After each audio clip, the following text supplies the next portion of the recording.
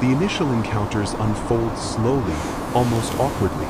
Soldiers appear in uniform, unmistakably foreign, unmistakably armed, and yet their posture lacks the sharp theatricality of conquest. They look around, taking in their surroundings with a kind of careful awareness that feels out of place in an occupation. The mothers watch from doorways and windows, hearts still racing, bodies still tense, waiting for the inevitable escalation that never quite comes. Voices are heard, but they are low, controlled, and surprisingly polite. Instructions, when they are given, are phrased as requests. Orders exist, but they are delivered without humiliation, without the barked authority the mothers had braced themselves to absorb. This discrepancy between expectation and reality creates a strange psychological friction. The mothers do not immediately feel safe. Instead, they feel unsettled. Their fear has nowhere to land. They have prepared for hostility, and without it, their instincts do not know how to recalibrate. Suspicion replaces panic. Every gesture of restraint is examined for hidden intent. Every calm interaction is treated as temporary, a prelude rather than a conclusion. War, after all, has taught them that cruelty can be delayed but rarely denied. Yet time passes and the delay stretches on. Doors are knocked on rather than forced open. When homes are entered, permission is sought, even if it is symbolic permission that cannot realistically be refused. The soldiers remove their boots at thresholds when asked. They avoid unnecessary intrusion into private spaces. These actions are small, almost mundane, but their emotional impact is disproportionate. Each one contradicts the internal logic the mothers have been using to survive. Each one quietly erodes the certainty that occupation must be synonymous with degradation. The presence of children becomes a silent test of intention. Mothers hold their breath when soldiers notice them, expecting irritation or dismissal. Instead, there are nods, brief smiles, moments of deliberate softness. Children are not shouted at for being in the way. They are not treated as obstacles or inconveniences. In some cases, they are acknowledged with gentle gestures that feel startling in their normalcy. These moments do not inspire joy, but they do interrupt fear. They force the mothers to confront the possibility that what is unfolding does not fit neatly into the categories war has taught them. The kindness, when it appears, is not dramatic. It does not announce itself as virtue. It exists in restraint, in the absence of abuse, in the choice not to exploit vulnerability even when exploitation would be easy. This makes it harder to process. The mothers have learned to recognize danger through excess, through shouting, through violence, through visible cruelty. They are less equipped to understand danger that arrives quietly, and so they remain guarded, interpreting calm as strategy rather than sincerity. And yet, something unmistakable begins to take shape in the shared space between soldier and civilian. The atmosphere does not thicken with terror. It loosens fraction by fraction. Shoulders drop slightly. Breathing becomes less shallow. Conversations, when they happen, are cautious but human. The soldiers seem aware of the fear they inspire, and rather than feeding on it, they appear to actively manage it. This awareness is perhaps the most destabilizing element of all. It suggests an ethical framework at work, a set of boundaries that restrain behavior even when power would allow otherwise. The mothers find themselves watching not just what the soldiers do, but what they deliberately do not do. There is no unnecessary touching of possessions. No mocking of language or customs. No casual assertion of superiority through humiliation. This absence becomes impossible to ignore. It creates a cognitive gap that demands to be filled with a new explanation, one that does not rely solely on fear as its organizing principle. Still, trust does not arrive quickly. It cannot. The mothers have been conditioned by uncertainty, and conditioning does not dissolve overnight. They speak in careful tones, choose their words conservatively, and keep emotional distance intact.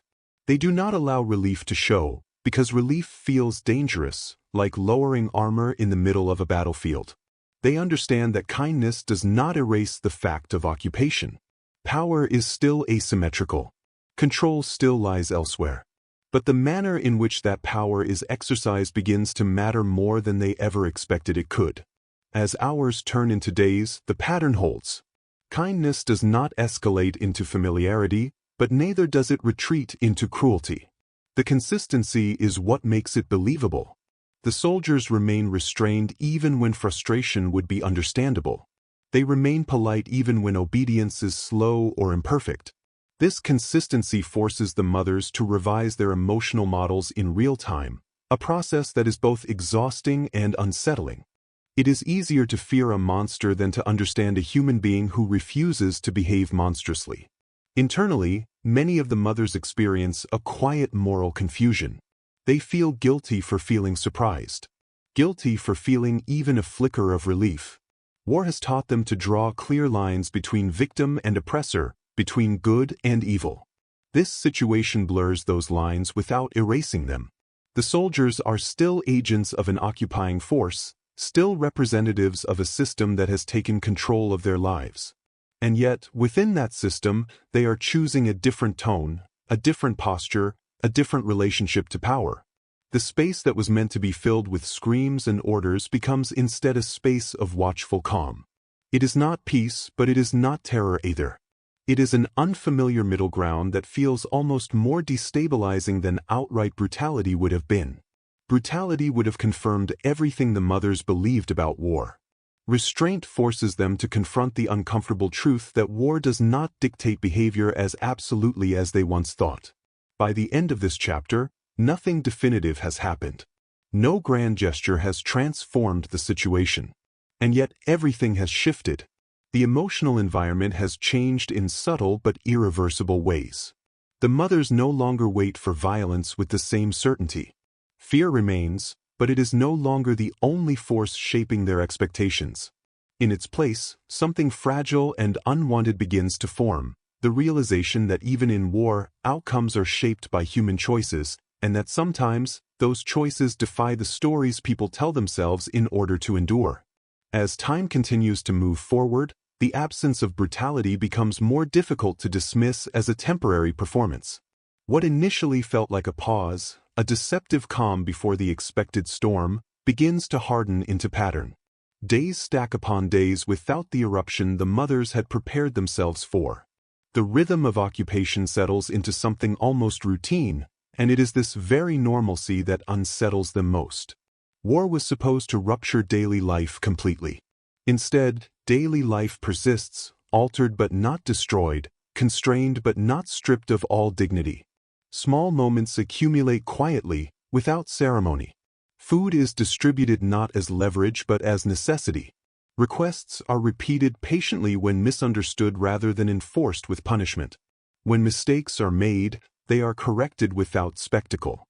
These actions do not draw attention to themselves, and perhaps that is why their impact is so profound. The mothers begin to notice that fear is no longer the first emotion that greets each morning. It is still present, lingering like a shadow, but it no longer dominates every thought. Something else begins to take its place, cautious observation, followed by reluctant acknowledgement. The realization arrives slowly, almost against their will. This is not coincidence. This is not a single-kind individual acting outside the norm. This is a consistent behavior shared across ranks, reinforced rather than punished. The mothers understand systems. War has taught them to read power structures instinctively, and what they are witnessing suggests that restraint here is not accidental. It is embedded. It is expected. That understanding forces a re-evaluation far deeper than surface relief. Children, always the most honest indicators of emotional change, begin to shift first. They wander slightly farther from doorways. Their movements grow less rigid. Their curiosity, long suppressed, resurfaces in cautious glances and whispered questions. Mothers notice this with mixed emotions. On one hand, it feels dangerous to allow children to relax. On the other, the sustained absence of threat makes constant vigilance feel cruel. To keep children in a state of fear when fear is no longer being actively reinforced begins to feel like an injustice of its own. This creates an internal conflict the mothers did not anticipate. Fear had been a shared language between parent and child, a necessary code for survival. Now that language feels increasingly out of place. They must decide whether to maintain it out of habit or begin translating a new emotional reality for which they have no script. Each decision feels weighted, consequential, irreversible. The soldier's behavior continues to defy the emotional economy of occupation. They do not seek gratitude. They do not frame kindness as favor. They do not demand recognition for restraint. This lack of performative morality makes their actions harder to categorize. If kindness were transactional, it could be managed, negotiated, or rejected. But kindness offered without demand creates obligation of a different kind. It forces reflection. It challenges narratives built on necessity and inevitability. Among the mothers, quiet conversations begin to emerge. They are tentative, fragmented, shared in private spaces where uncertainty can be voiced without consequence. Women compare observations, not to praise, but to verify. They seek confirmation that what they are experiencing is real, that it is not a localized anomaly or a brief reprieve. These conversations are careful, stripped of optimism, but they mark a shift from solitary fear to collective reassessment. Together, they begin to acknowledge what none of them are yet comfortable naming. Comparison plays an increasingly powerful role. Stories from elsewhere filter in, accounts of other occupations, other armies, other outcomes. The contrast sharpens perception. What once felt merely surprising now feels significant. The mothers begin to understand that restraint is not a universal wartime constant. It is a choice, shaped by doctrine, discipline, and values. This realization introduces a moral dimension to their experience that complicates their identity as victims. They are still powerless in many ways, still subject to external control, but they are no longer merely enduring an inevitable cruelty. They are living within a different interpretation of power. Emotionally, this creates instability. Anger that once had a clear target now diffuses.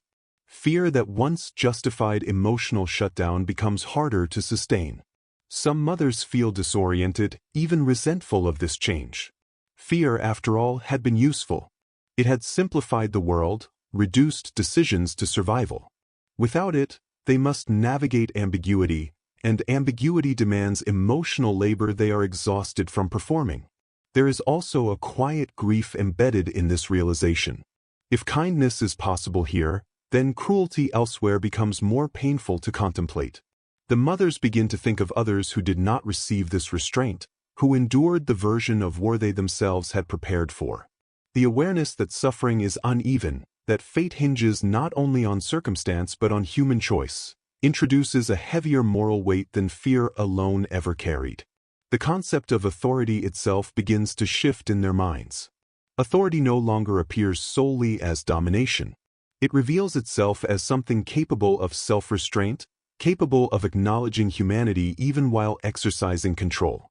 This does not absolve it. Occupation remains occupation. But the mothers begin to understand that how power is exercised matters deeply, not just politically, but psychologically. The manner of control shapes memory, identity, and the stories that will later be told. As this understanding deepens, the mother's sense of self subtly expands. They are no longer just recipients of force. They are witnesses to moral choice. This repositioning restores a fragment of dignity they had unconsciously surrendered before the soldiers ever arrived. They find themselves standing a little straighter, speaking with slightly more confidence, asserting boundaries in small, careful ways. And remarkably, these boundaries are often respected. This mutual adjustment creates a fragile equilibrium. It is not friendship. It is not trust in the full sense of the word. But it is recognition. Recognition that both sides are human, constrained by systems larger than themselves, yet still responsible for how they act within those systems. This recognition does not erase trauma, but it reframes it. The mothers begin to imagine that memory itself may take a different shape than they once feared. By this point, the space originally reserved for screams and orders has been irrevocably altered. It is now filled with something far more complex. An uneasy coexistence shaped by restraint, observation, and moral tension. The mothers do not celebrate this.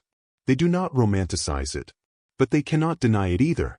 War has not disappeared, but its character has shifted, revealing that even in its harshest forms, it is not immune to human agency. This chapter marks the turning point from reaction to understanding. Fear gives way not to comfort, but to awareness. The mothers begin to see that what they are living through is not just an anomaly in their own lives, but evidence of a broader truth, that the shape of suffering is not fixed, and that even under occupation, the choices made by individuals can alter the emotional landscape of an entire community. As the days stretch on and the soldiers remain unchanged in their behavior, a strange and subtle transformation occurs within the hearts of the mothers. The constant pressure of anticipation, that tight knot of fear that had constricted their lives from the moment the occupation began, begins to loosen in small, almost imperceptible ways. At first, the release of tension is more psychological than physical. The mothers' minds, once fully occupied with anticipating the worst, begin to take notice of the absence of violence. It is not that the fear has dissipated entirely, rather, it is as though the mothers have begun to look past the immediate threat of harm and see something they had not allowed themselves to acknowledge before, the possibility of something different. The brutality they had expected, the screams and harsh orders they had braced for, has not arrived. In its place, they are left with an uncomfortable, unsettling calm. This calm, at first, is not something to be welcomed. It feels almost like a betrayal. It is a dissonance that challenges the mother's understanding of the war itself. War was supposed to erase the ordinary. It was supposed to strip them of all dignity, make them unrecognizable as the people they once were. But in this space, the ordinary is not gone. It is rearranged, tempered by the consistent civility of the soldiers. This inconsistency between expectation and reality shakes the mothers to their core. For all their preparations, for all the imagined outcomes they had rehearsed, they had never considered this, the space between fear and comfort. This uneasy middle ground where they are neither safe nor entirely in peril. The mothers begin to test the boundaries of this new environment. It is not so much an active decision to trust the soldiers, but a reluctant acceptance that, for the moment, things are different. They begin to act in ways that suggest they are starting to relax, though not entirely. They stop hiding behind closed doors as much. Children, once kept indoors, are allowed to play more freely. A cautious eye is still kept on the soldiers, but the mothers are no longer as frantic to shield their children from view. They allow their children to interact with the soldiers, though it is always measured, always monitored. These interactions are tentative, and yet they hold a strange power. The children have come to represent a bridge between the occupied and the occupiers. The soldiers, who have shown no inclination to harm, seem to react to the children with an unspoken understanding that transcends language or rank. They treat them gently, almost protectively, as if recognizing that their presence is a quiet challenge to the mother's internal wariness. Yet there is no rush to embrace this newfound space. There is no enthusiasm for this delicate shift. The mothers, cautious to the core, do not want to misread the situation. Kindness, even when it is sustained, is not a guarantee of safety. The mothers understand better than anyone the potential for this calm to fracture, for the very foundations of civility to crack under the weight of broader conflict. They know that while the soldiers may choose restraint today, there is no assurance that it will remain the case tomorrow. Still, the question grows more insistent in the mothers' minds. Why this restraint? Why, when they have known others in the same situation to suffer far more, are they being treated differently? The question does not have an easy answer, and it is one that lingers in the background of each interaction, each glance exchanged across rooms. The mothers begin to share their observations more openly. Conversations, once hushed and laden with suspicion, grow less tense. They talk about the soldiers' behavior, noting the patterns they've begun to see. There is something almost scientific in their observations, as if they are conducting an unspoken experiment to gauge how far this kindness extends. But as they share these thoughts, another realization begins to surface, that kindness, even when it comes without expectation of anything in return, carries its own burden. The soldiers, after all, are still soldiers. They are still an occupying force. And the mothers begin to understand that by accepting this kindness, by acknowledging its presence in their lives, they may be accepting something else as well, a new, more complicated relationship with power. It is no longer as simple as the binary of oppressor and oppressed. The emotional landscape is more complex now. And while it is certainly not one of peace, it is a space that demands reflection, introspection, and a reevaluation of what survival means under occupation. This complexity is not easy to navigate. The mothers cannot yet forgive the soldiers for what they represent, nor can they easily dismiss the burden of their power. But they begin to realize that there is a significant difference between acknowledging the soldiers' power and surrendering to it. The power still exists, it still looms over them, shaping their lives in ways they cannot control. But now, it is tempered by the soldiers' actions that are not intended to humiliate, but to coexist, however briefly. This does not erase the fact that these soldiers are agents of an occupying force, but it creates a space for moral ambiguity to enter. The soldiers are not evil, they are not saints. They are human, shaped by the forces that have brought them here, just as the mothers are shaped by their own circumstances. The mothers begin to see the soldiers in a different light, not as faceless figures of authority, but as individuals, each one bound by their own internal moral compass.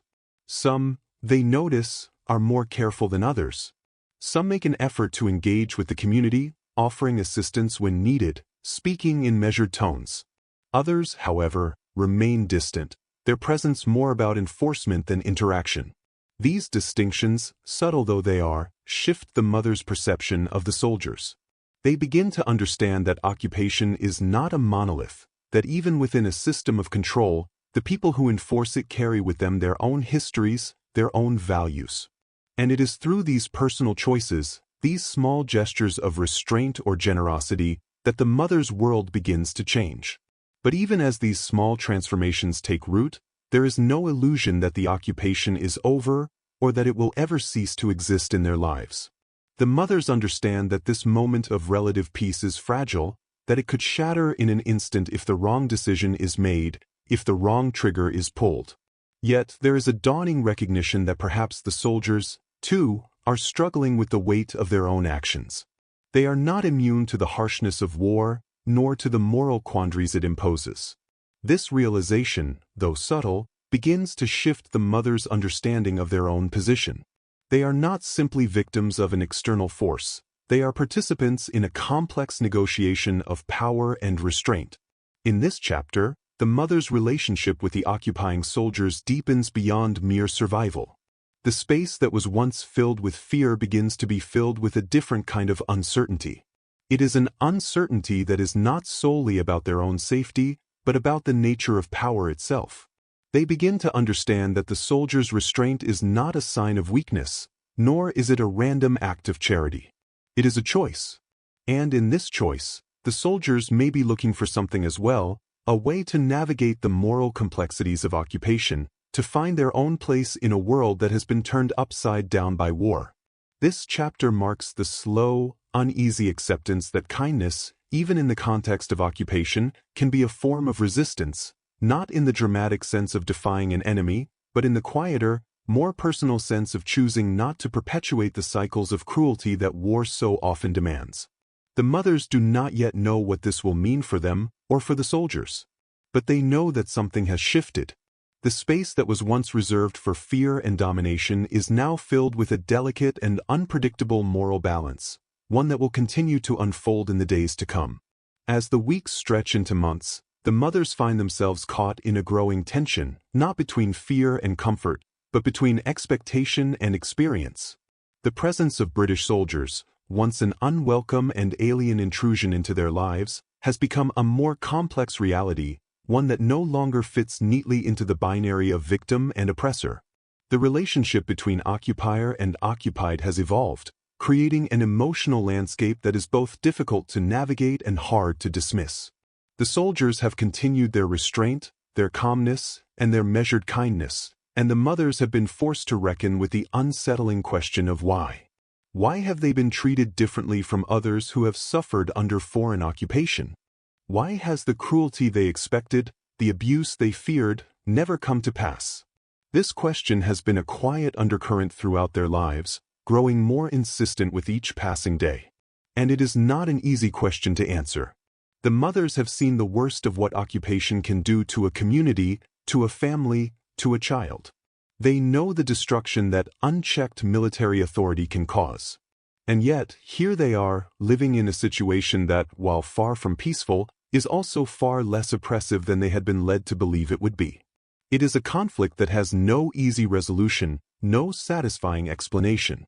It lingers in their minds, in their conversations, in the way they now move through their days with a new awareness, a new question hanging over everything. As the mothers discuss this question among themselves, something else begins to emerge in their conversations. A recognition that the soldiers, in their restraint, have done something far more significant than simply refrain from cruelty. They have, in a way, redefined the terms of their occupation. By not behaving as expected, by offering kindness instead of commands, they have created a moral and emotional space that challenges the very structure of power. The soldiers have shown that authority does not have to be synonymous with violence, that power does not always have to manifest in domination. And in doing so, they have forced the mothers to rethink what power actually means. This realization is not easy to accept. The mothers, having been shaped by years of war and suffering, have learned to see power as something that is always exercised at the expense of others. They have learned that strength comes from subjugating those who are weaker, from forcing others into compliance. This is the logic of war, the logic of occupation. But the British soldiers, with their unexpected restraint, have thrown that logic into question. They have shown the mothers that power can also be used to protect, to preserve, and even to uplift. The very idea of power is now irrevocably altered in the mothers' minds. Yet this understanding does not bring immediate peace. Far from it. The mothers are left with a profound moral dissonance. They cannot simply accept the soldiers' actions as evidence of benevolence. To do so would be to ignore the context in which these actions take place. The fact that these soldiers are still occupiers, still representatives of an imperial force that has taken control of their land. The soldiers may not be cruel, but they are still soldiers. The mothers struggle with the idea that the kindness they have experienced could somehow be the result of a larger, more complicated strategy, one that may have nothing to do with the soldiers' individual moral choices and everything to do with the larger war effort. This possibility haunts them, lingering in the background of every interaction, casting doubt on the sincerity of the kindness they have witnessed. The mothers also begin to understand that kindness, when it is extended without expectation of return, carries its own weight. The soldiers may not demand gratitude for their actions, but the mothers begin to feel that this kindness, in its very form, carries an unspoken obligation. To accept kindness without reciprocation is to enter into a kind of debt, one that is difficult to acknowledge and even harder to repay. This sense of indebtedness, however subtle, grows over time. It is not a debt that can be repaid in any tangible way, but rather an emotional and moral debt. The mothers begin to realize that they now owe something to the soldiers, something that cannot be given in the form of material goods or even thanks. They owe something that goes deeper than what words or gestures can express. This realization is a bitter one. The mothers, who had longed for a world where their dignity could be preserved without compromise, now find themselves entangled in a web of emotional obligations. They are not free of the soldiers' influence, not free of their power. Even though the soldiers have not exploited their position, even though they have treated them with a surprising measure of respect, the mothers cannot escape the fact that their lives have been altered by this occupation in ways they cannot control. This sense of indebtedness is not a form of gratitude, but a form of acknowledgement. The mothers have been forced to confront the moral complexities of power, and in doing so, they have been changed. At the same time, the mothers' internal landscape is shifting in other ways. They begin to see the soldiers not just as occupiers, but as human beings caught in a larger, often conflicting set of obligations and values. They recognize that the soldiers are, in their own way, as much victims of war as the civilians they have occupied. The soldiers, too, are bound by the systems that control them, bound by duty, by fear, by the unspoken rules of the military.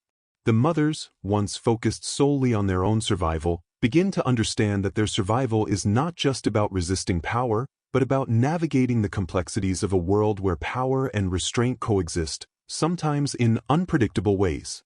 The emotional tension between these two truths, the realization that the soldier's kindness is not without its own weight, and the understanding that the soldiers, too, are caught in a web of power they cannot escape, becomes the defining conflict of the mother's experience.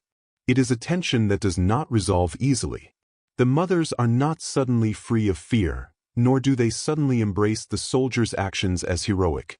What they experience instead is a growing recognition of the complexity of the world they inhabit, a world where moral clarity is elusive and where power, in all its forms, must be understood in shades of gray. As this understanding deepens, the mother's relationship with the soldiers shifts once again. It is no longer just about fear or survival, nor is it simply about gratitude or resistance. It is about something far more complicated, the recognition that in a world defined by war, power and kindness are not mutually exclusive. The soldiers' actions have forced the mothers to confront their own assumptions, their own limitations, and their own capacity for empathy.